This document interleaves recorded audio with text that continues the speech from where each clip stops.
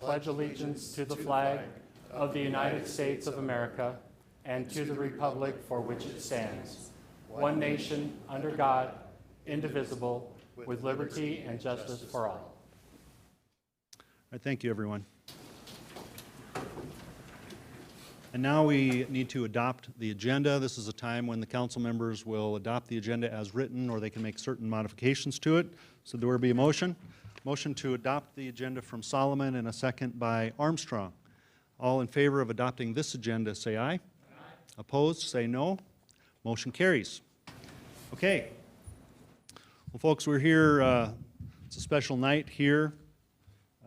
We have in the room two candidates, one for police chief, one for fire chief, and you're going to get to see a little bit of them here in just a minute. I want to start by saying that in the recent months, we've had the departure of two long-term chiefs in those two departments. Rod Seals and Carl Jegeris both have retired. And so that created the need to find a new chief for each of those departments. So we created a process, and part of that process was to assemble a team of volunteers. The volunteers from the community to assist with that selection were Tom Johnson, CEO of Elevate Rapid City, Patri Acevedo, who is a local architect with JLG Architects, Malcolm Chapman, self-employed business owner, Aaron Jarvis, who is the office manager at Minerva's, Lloyd LaCroix, who is a Pennington County Commissioner, and Laura Armstrong, who is our Rapid City Council President. These members got to see these candidates at their best. They got to review their written work in preparation for the interview. And I'd just like to thank all of these citizens for volunteering their time and their energy and their attention on this important appointment. So there were a number of components to this process, which included surveys of the respective departments, interviews with department members, resume and qualifications evaluation, as well as essay questions being answered by the candidates, an analysis of each department by the candidates, and then a formal presentation of that analysis, along with standing for questions from the citizen committee. So I'm very appreciative of not only the citizen panel, but also that we have candidates in Rapid City that are this qualified to get to this point in their career. So I'm going to read in item number 1 and then say a few words before we ask council to make a motion. So item number 1 is to confirm the appointment of Jason Culberson as Director of the Fire Department and authorize the Mayor and Finance Officer to sign his employment contract. So Jason Culberson is a unique candidate because he spent part of his career inside the Rapid City Fire Department as a firefighter paramedic, and now as the division head for the EMS and emergency services. But in the meantime, he took a break from the fire department early on, and he spent about 14 years working with the air transport industry, with the life flight, and really honed some skills there. And since his time back at the department, which has been about 10 years that he's been back at the Rapid City Fire Department, he's carried a heavy burden for administrative and budgetary work, especially where it concerns the ambulance, but also he's made a name for himself inside and outside the department as the guy with the brains who can analyze things, who can think about these things with an outside view.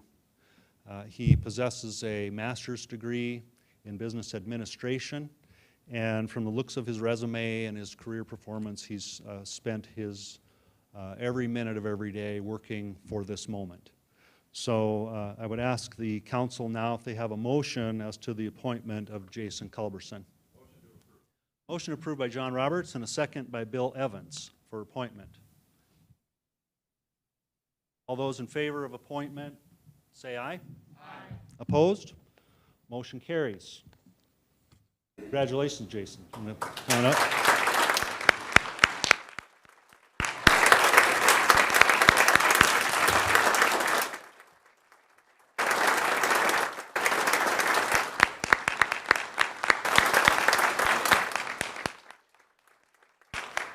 Why don't you take the I'm all up here.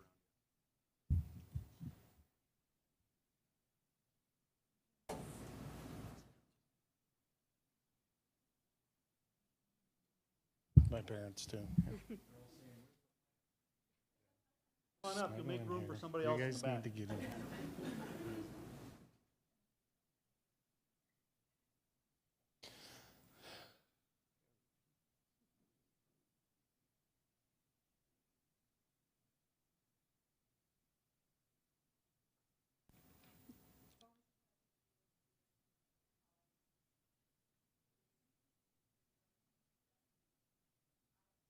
I, Jason Culberson, solemnly swear that I will support and defend the Constitution of the United States and the Constitution of the State of South Dakota against all enemies, foreign and domestic. I will bear true faith and allegiance to the same. Take this obligation freely, without any mental reservation or for the purpose of evasion, that I will faithfully and impartially perform the office of Fire Chief, office of the Fire Department, Rapid City, South Dakota, according to the law and to the best of my ability. So help me God.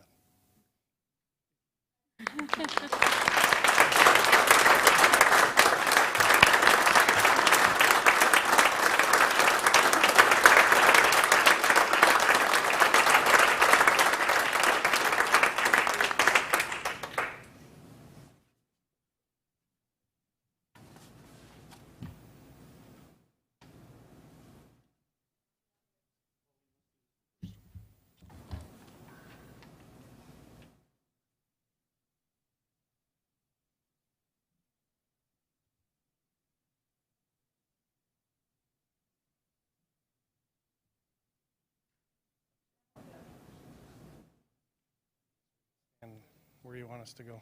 Yeah, I'll get some pictures here.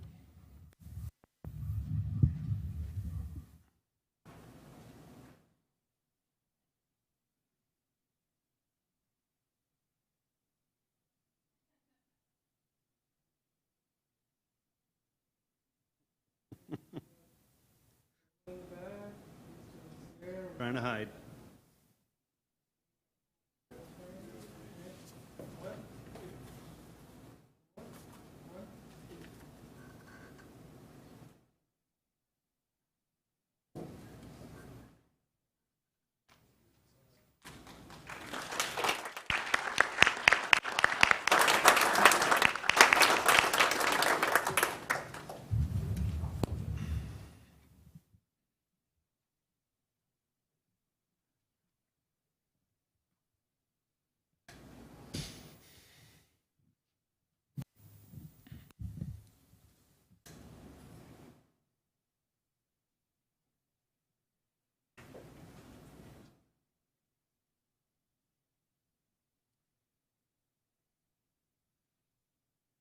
It's a good time to be a mayor.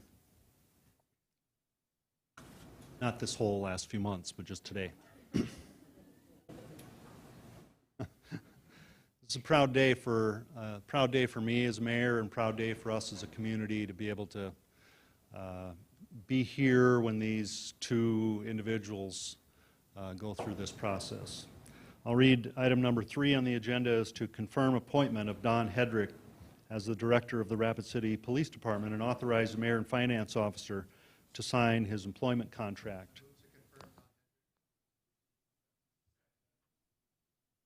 Okay. Motion by Jason Solomon and a second by Pat Jones. All right, hold on a minute. Don Hedrick. Don Hedrick has had a very progressive career in law enforcement. He came to us, he was kind of this big burly football player, coach kind of guy who, at the time, I couldn't figure out why he would want that type of job. You know, I was a former police chief, so that's why I know this story, this part of the story. But this individual has risen and met this challenge. While he's been employed, he has obtained his master's degree in administrative studies and is now seeking his doctorate degree in public health. And he's doing all of that while commanding a department of over 160 individuals. He's been internationally recognized for establishing a crisis intervention training initiative and for exemplifying leadership, dedication, and service to his community in the law enforcement profession. He's well known as a leader for his work in the area of homelessness and also reducing incarceration.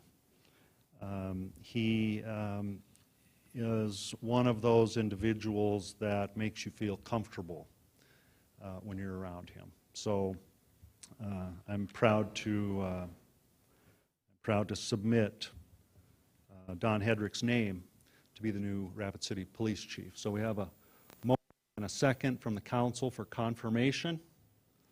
All in favor of that motion say aye. Aye. Opposed? Motion carries.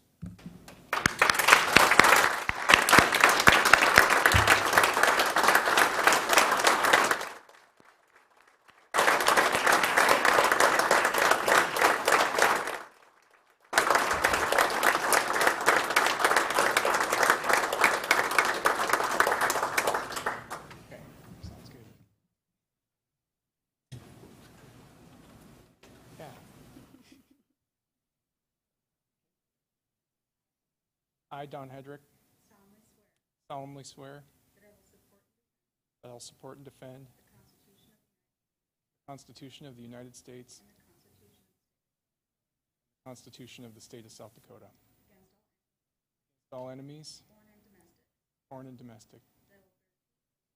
I'll bear true faith and allegiance to the same. That I take this obligation freely, without any mental reservation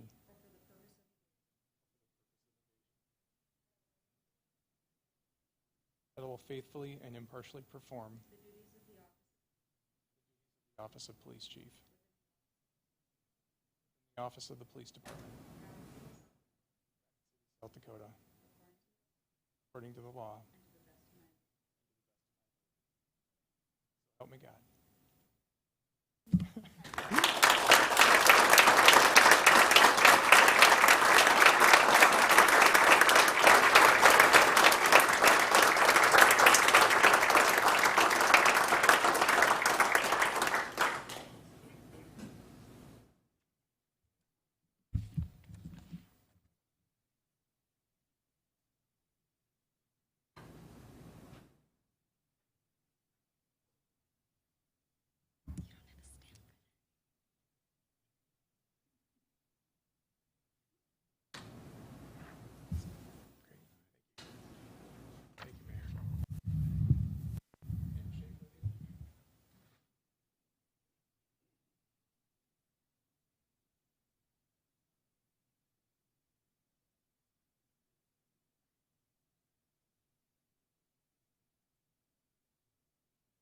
Pretty.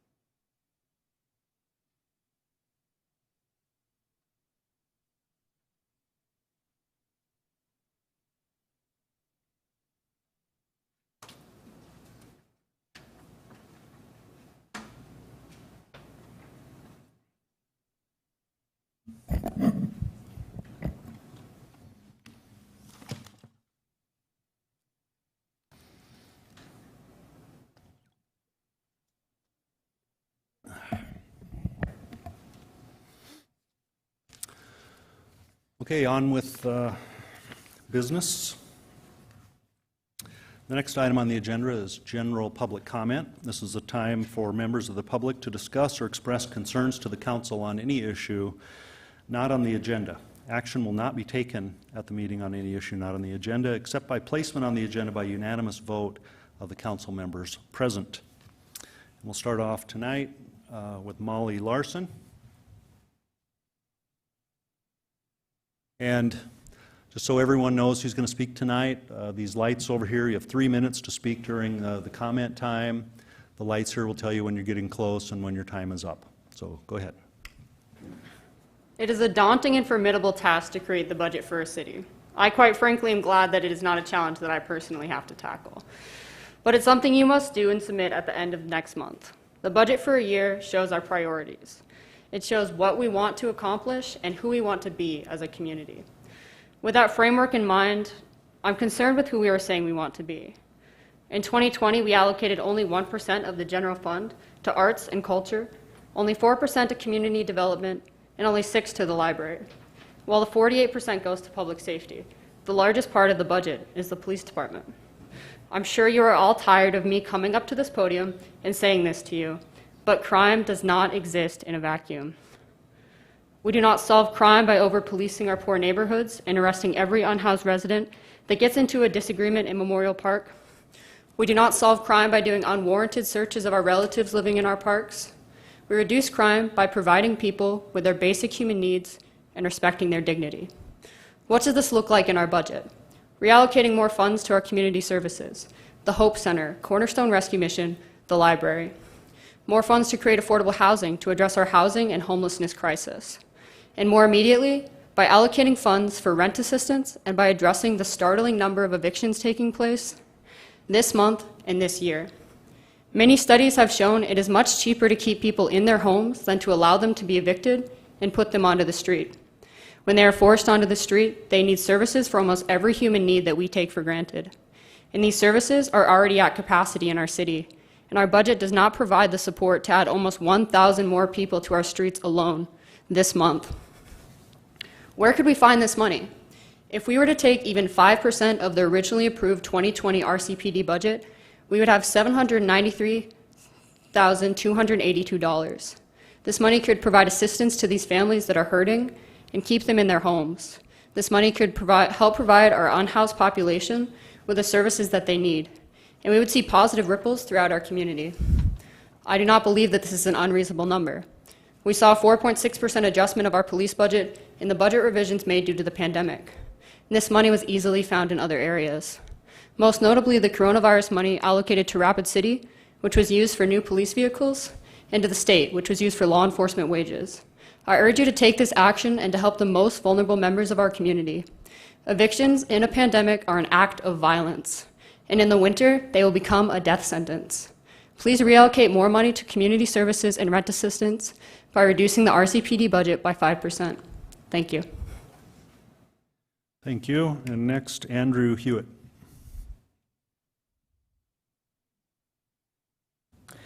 Hello. As the Council already knows, the deadline for finalizing the 2021 budget is coming just around the corner. As it approaches, I ask every Council member to do as much as you can to push for a decreased budget in the RCPD.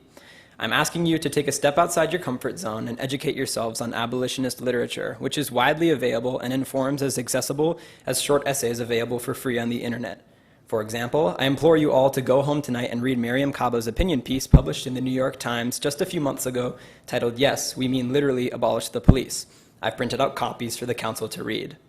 In the article, Cabo reminds us that our idea of what we think the police do is very far away from the actual function they serve. She reminds us that the vast majority of police work is responding to noise complaints, issuing parking and traffic citations, and dealing with other non-criminal issues. She also addresses the commonly asked question in opposition to abolition, what about rape? By reminding us that most rapists never see the inside of a courtroom, that when people do file police reports, they're often dissatisfied with the response, and that police officers themselves are often the perpetrators of sexual misconduct, which is one of the most common complaints against police. Our community does not need police. What it needs is universal housing, education, food, healthcare, and good jobs. Investing in these can prevent a vast amount of what we call crime in Rapid City. Police forces like the RCPD perpetuate and necessitate violence against marginalized groups of people, and the past has shown that trying to reform the police is also ineffective. We pour millions of dollars into what ends up being a few more rules and regulations that officers can ignore just like the rest of them. While protesting downtown, Native American members of the community have graciously come forward and shared their experiences with the RCPD, which involve being blatantly profiled and stopped for no reason repeatedly. This profiling leads to violence, either directly from the officer, who will search for any reason to escalate the situation, or indirectly through incarceration, which is made only worse by the pandemic that this state completely ignores. Instituting reforms like implicit bias training would only be a surface-level fix that completely ignores the heart of the problem. If we want to end police violence against marginalized community members, we have to abolish the police force. The City Council has the opportunity to make the first steps towards this goal by slicing the budget of the RCPD and reinvesting that money into the community. As Kaba says, we've been so indoctrinated with the idea that we solve problems by policing and caging people that many cannot imagine anything other than prisons and the police as solutions to violence and harm. But with proper reallocation of resources, it is possible to make the RCPD completely obsolete. I would think this future is one we would all like to work towards. Thank you.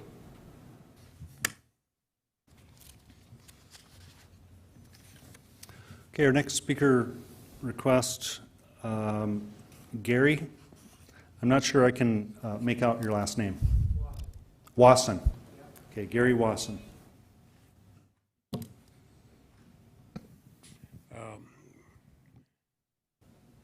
I don't know what I want to complain about right now.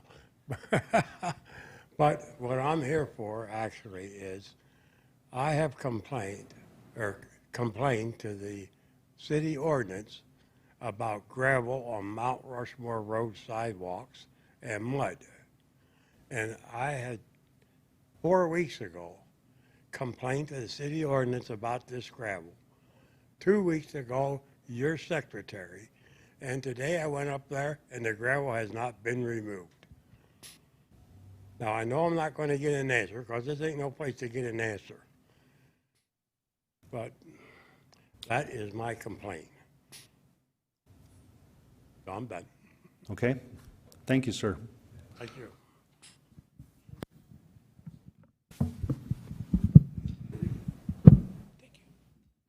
Okay, and that'll bring us to the end of our general public comment. We have a couple speakers on item 25, which will be in just a minute or two. So on to public items 5 through 25. We'll open up public comment on items 5 through 23. And there are no speakers on 5 through 23. So then we'll go to consent items 5 through 23. Would the council like to remove any of these items or approve them all in one batch? Motion approval by Jones and a second by Armstrong for approval of the consent items. All in favor of that motion say aye. Aye. Opposed? Motion carries. Now on to non-consent items 24 and 25. We'll open public comment on these items. I have 2 speakers for item 25. First one, Todd Gagney. Thank you very much. I had a quick presentation, if we can get that up, please.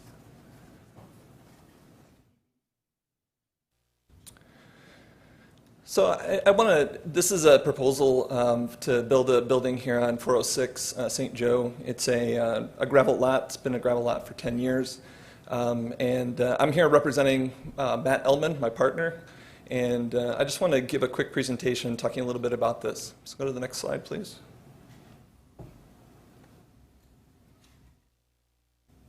Is there a clicker or they do it? If you clap twice, it'll go. All right.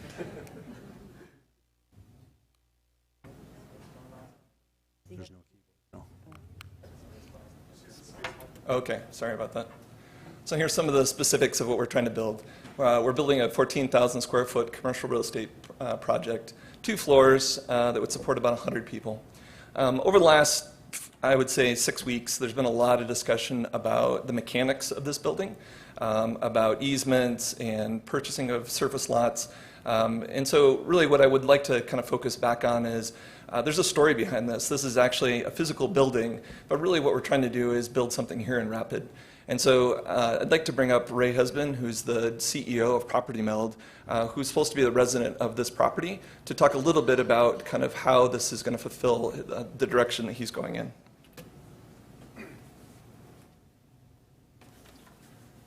Prepare to be underwhelmed. So thank you everyone for letting me speak today. My name is Ray Hespen. I'm the CEO and one of the co-founders of a property management software company here in Rapid City, and we're going to talk about this building.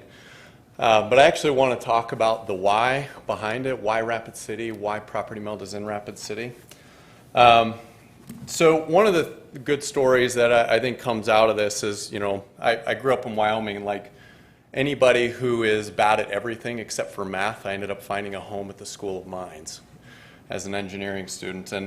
And basically, I kind of went through that whole process of falling in love with the city. I got jobs here. I ended up meeting my future wife here.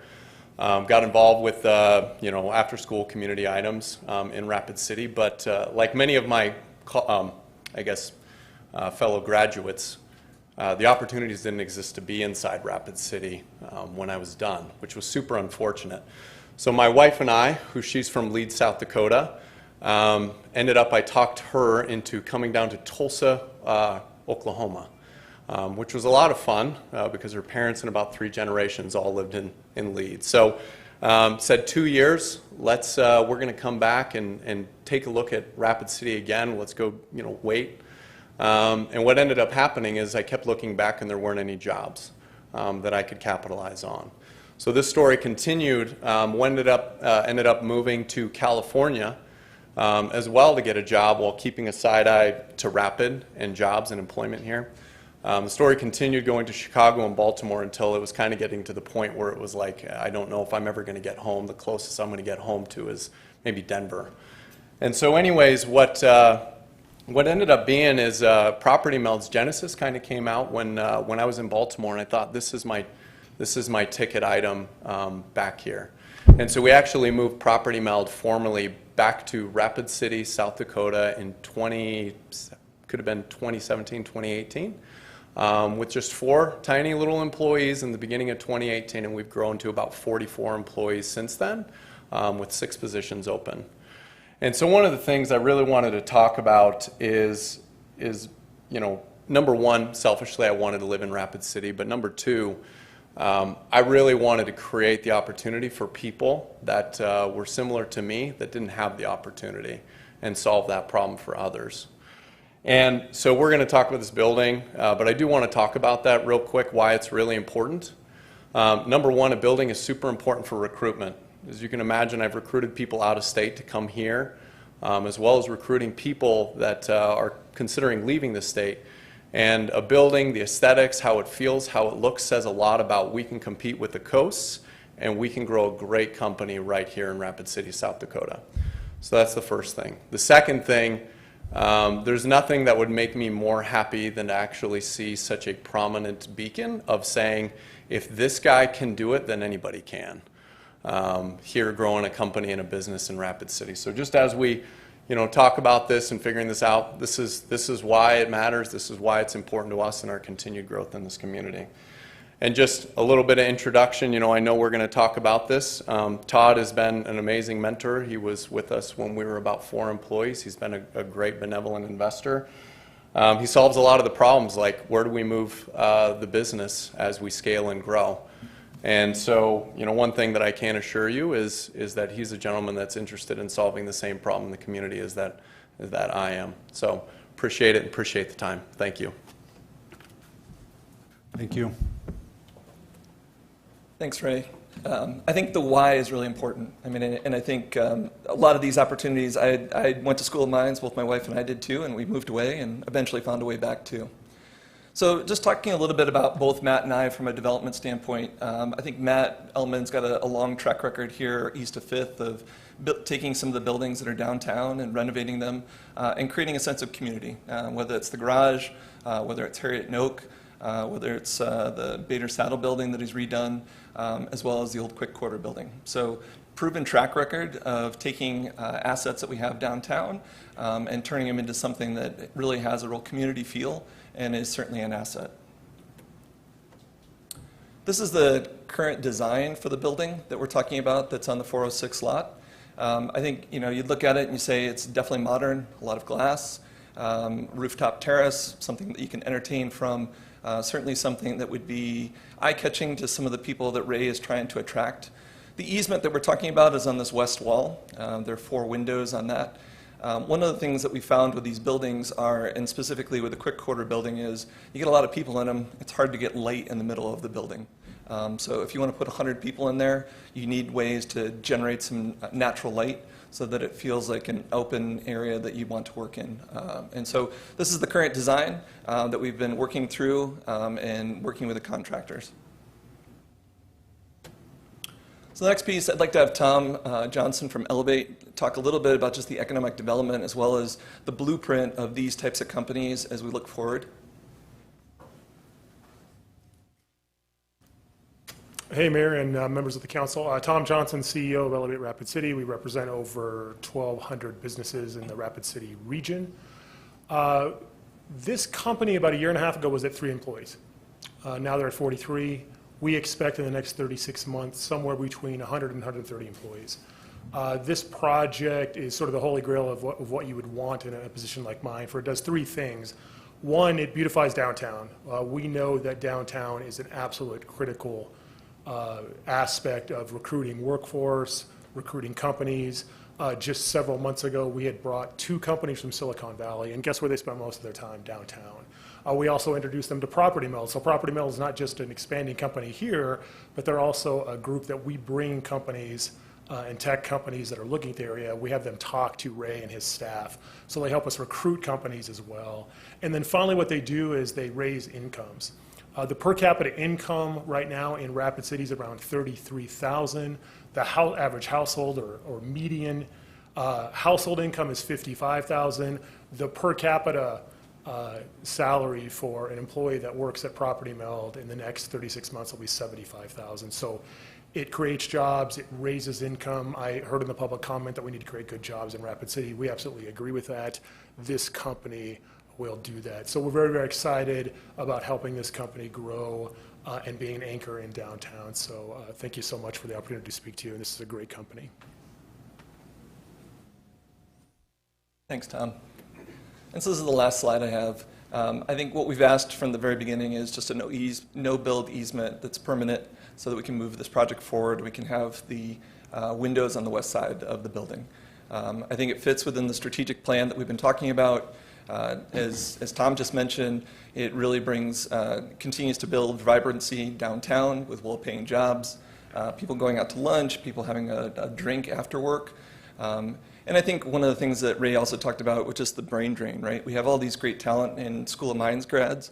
There's some of these people that have recently graduated from the School of Mines that have found homes at Property Meld. This is a magnet to attract some of that talent. So thank you very much. Thank you. And this will close our public comment period on items 24 and 25. So on to ordinances, item 24, second reading of ordinance 6388, approve an ordinance to amend provisions of the Rapid City Municipal Code related to the storage and parking of certain vehicles and trailers. Motion to approve Lehman, second by Armstrong. All in favor of approval say aye. Aye. Opposed? Motion carries. Item 25 under legal finance items.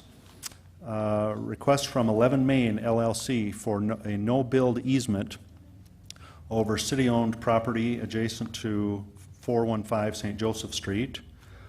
There was a motion to sell the land at $17 per square foot and allow the project to move forward. And we'll go to RITCHE NORDSTROM. Thank you, Mayor. If I may make a motion to direct the mayor and finance officer to grant a 10-foot permanent, no-build, irrevocable easement in a form acceptable to the city attorney, to the owners of 11 Main LLC for the amount of $24,000. Okay. If I retain the floor for a moment. Second by John Roberts, and go ahead. Thank you. I know this is not going to appeal to everyone, but it's a good compromise. I think it gives us a good start and a cleaner start for a business that has shown to me a lot of good positive things that they've already established within the community currently. And I see that progress moving forward with this new location. Again, it doesn't answer all the issues on the other side, but I feel that this gives us a good compromise and a good place to get the go button started for everyone involved in this. And Mayor, if I may, I'll yield the floor. Okay, now we'll go to Laura Armstrong.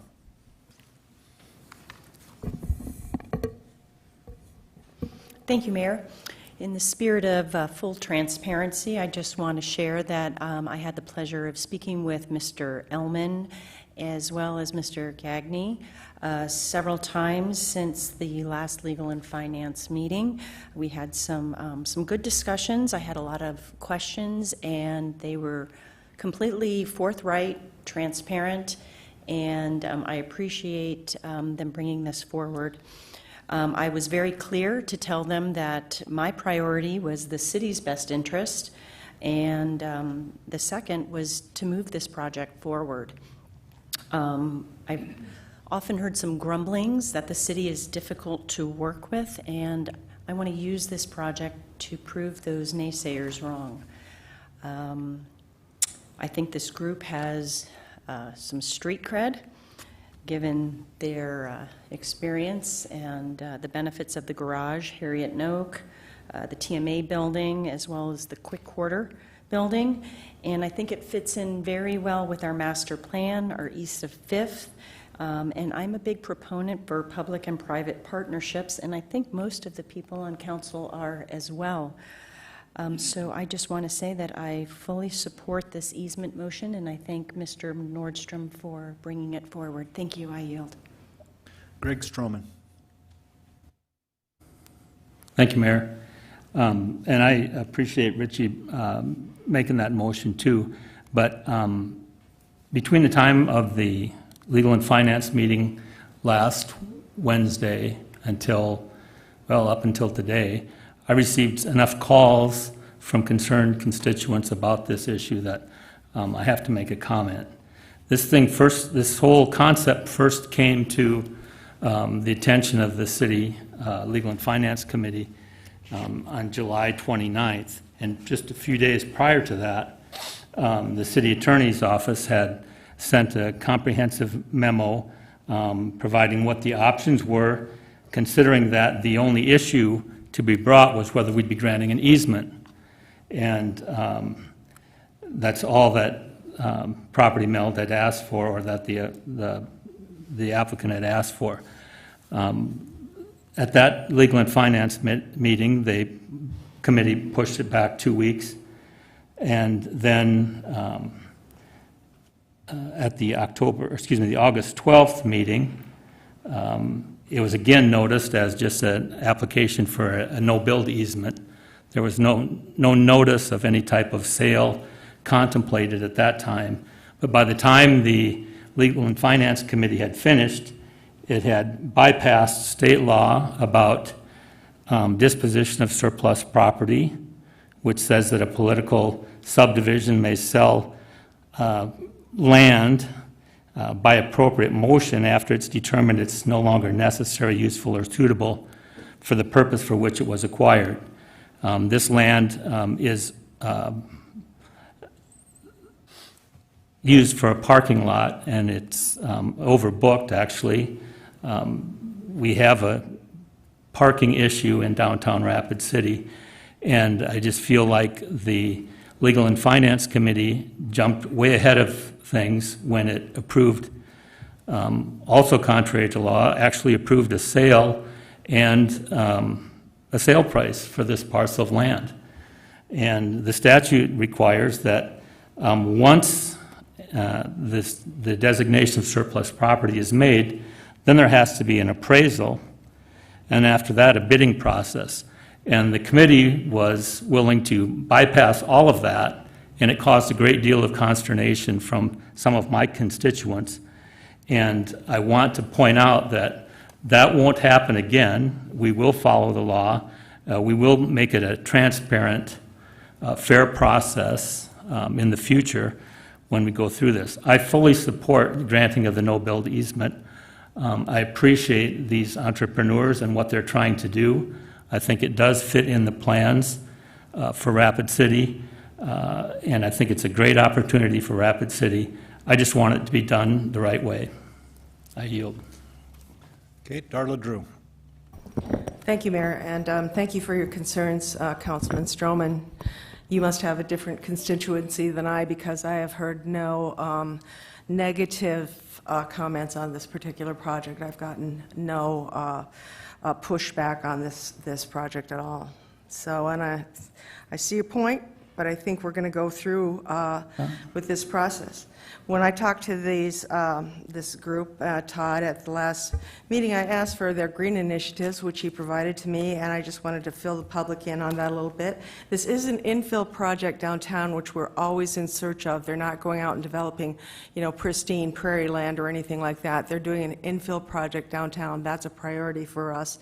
They are on a public transport route, which makes a difference to them and to me, and there are LEDs throughout the building. One of the things I asked of them was possibly a nonprofit give back, because technology is so needed by the nonprofit communities.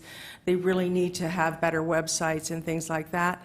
So with a possibility of working with some of these new brains that are coming into town that could really help us in many ways other than just eating and drinking downtown, which I'm all for that too.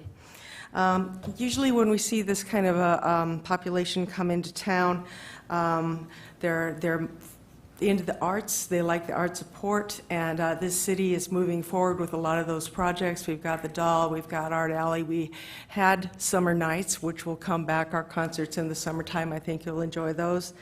And also our Main Street Square, which is providing a lot of that. We just are a very super talented and very forward arts community. So we would love having more techies here to support that work.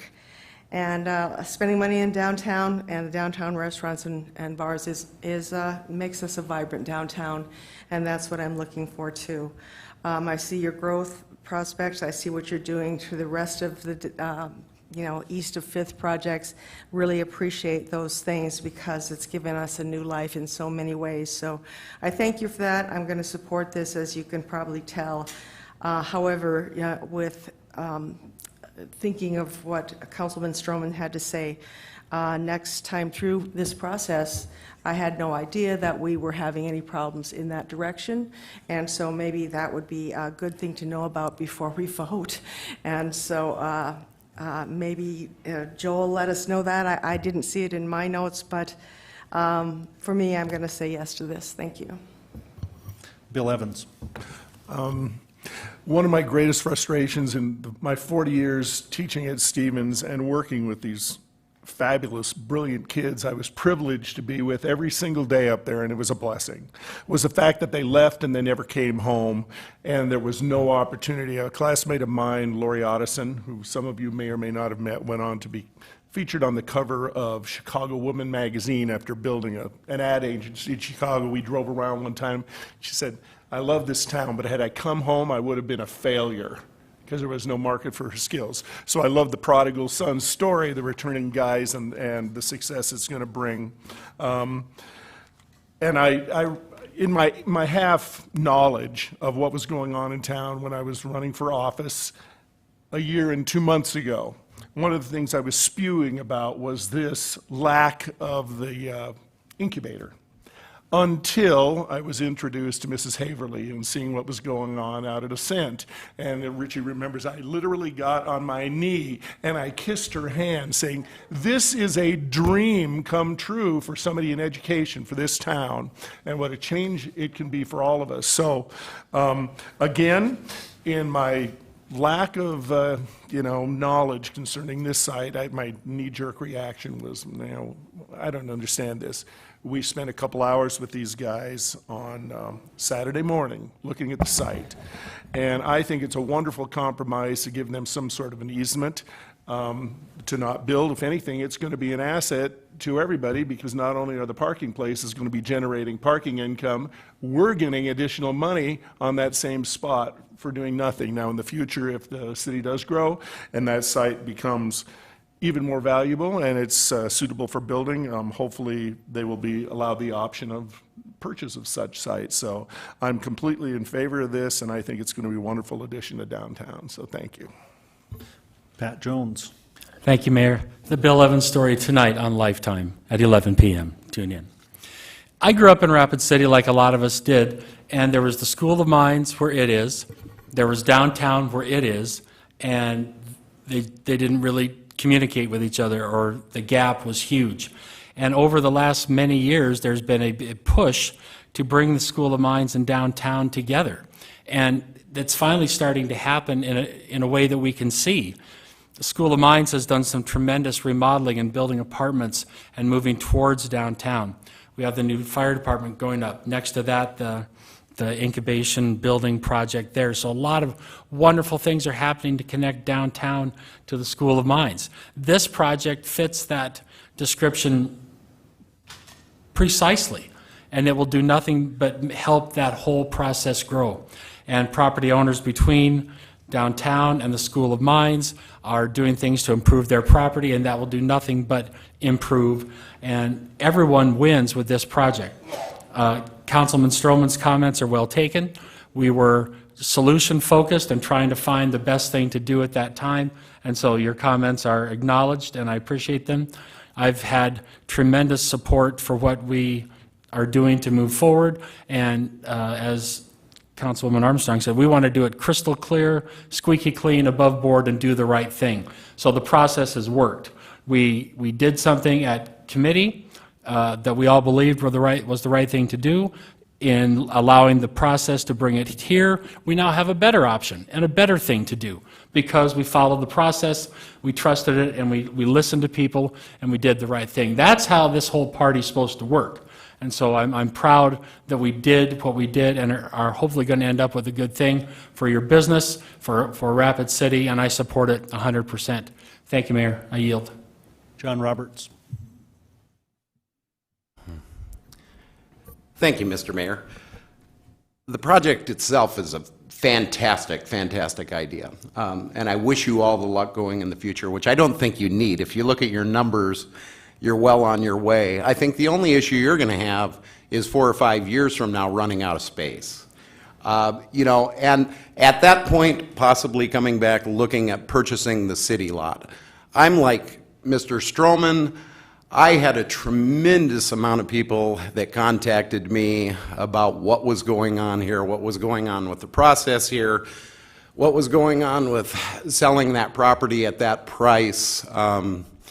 You know, as a real estate broker, and I had even suggested a purchase price to Mr. Landine, I was a little surprised that Joel came up with the price. That price ended up being, you know, in front of legal and finance, because we have never done the process like that before.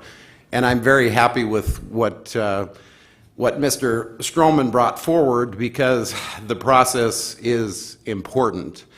And I don't want to see us anytime in the future from this dais becoming economic development. When that happens, there's really no reason for us to be funding economic development. We might as well just be doing it from the dais. But legally, Mr. Stroman, I'm being a little facetious because we can't really do that. But I'm just trying to make a point. You know, my point is we've got a certain amount of authority and we have a process that we need to follow. Again, I completely support this. I completely support the easement on this. I don't think that the price that we're, you know, charging you is really undervalued. I think we're, you know, because we're really not losing anything. The parking can still be over the top of it. You're getting what you need. The city's getting what it needs. In the future, there's still a building pad on that lot. Whatever happens at that time in the future, you know, I think that we need to follow the process. So anyway, I'm happy that we can come to an agreement. We can make this work for you, for the city. I think it's a great project going forward. Again, like I said, I think the only issue you guys are going to have is in the very near future needing more space. You know, I'm hoping that when you build that building, you build it so you can possibly expand up. You know, I'd like to see you do 3, 4, 5, 6, 7 stories in the future. So anyway, I just want to say I appreciate this, and I appreciate what the council's done after the meeting. Thank you. Richie Nordstrom. Thank you, Mayor.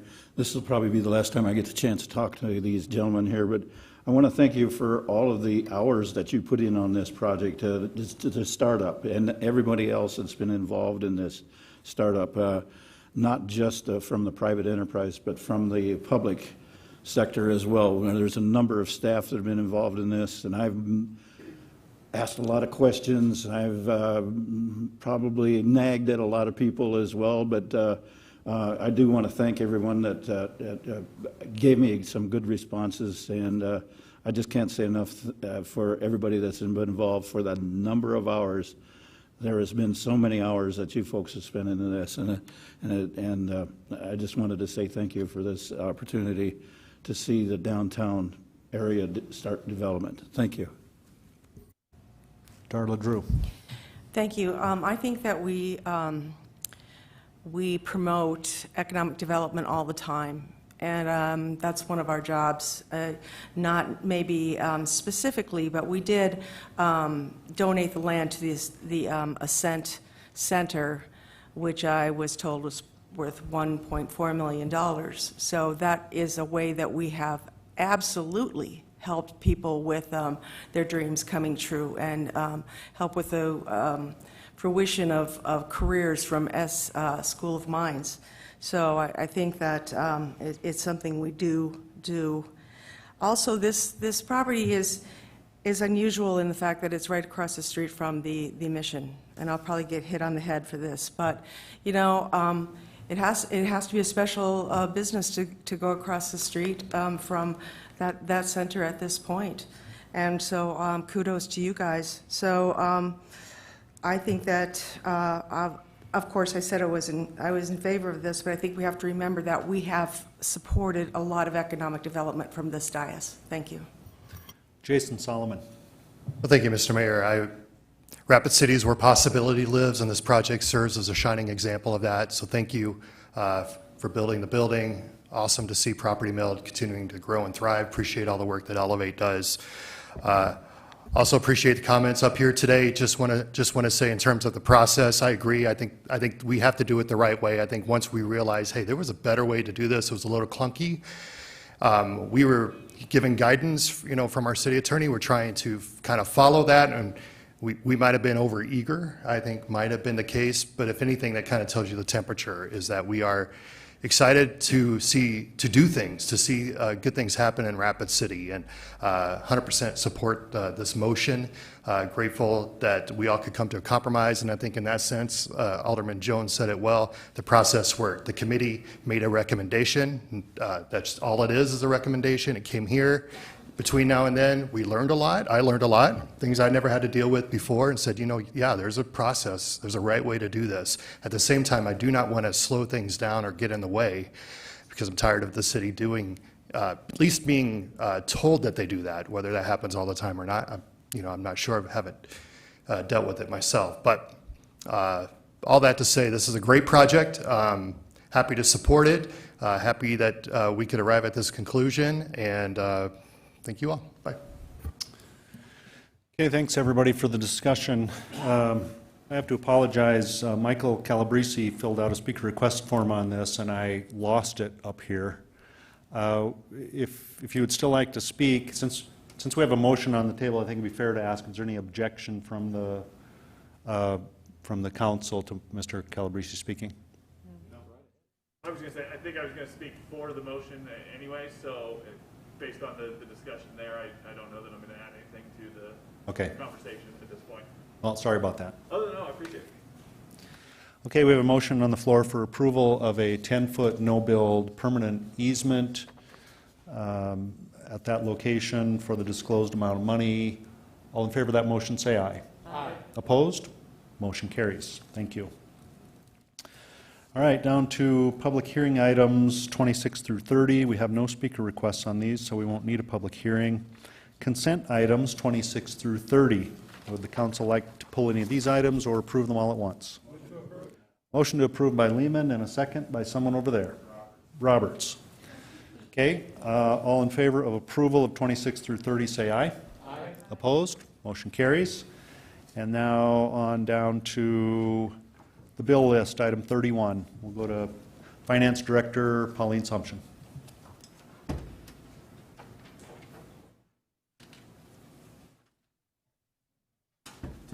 Thank you, Mr. Mayor. There are no additions to the bill list, so the total is that which is attached at $6,814,634.37. Motion to approve, Roberts, second by Jones. All in favor of approval, say aye. Aye. Opposed? Motion carries. Move to adjourn by Solomon, second by Armstrong and Jones. All in favor, say aye. Aye. And we're adjourned. Thank you, everyone.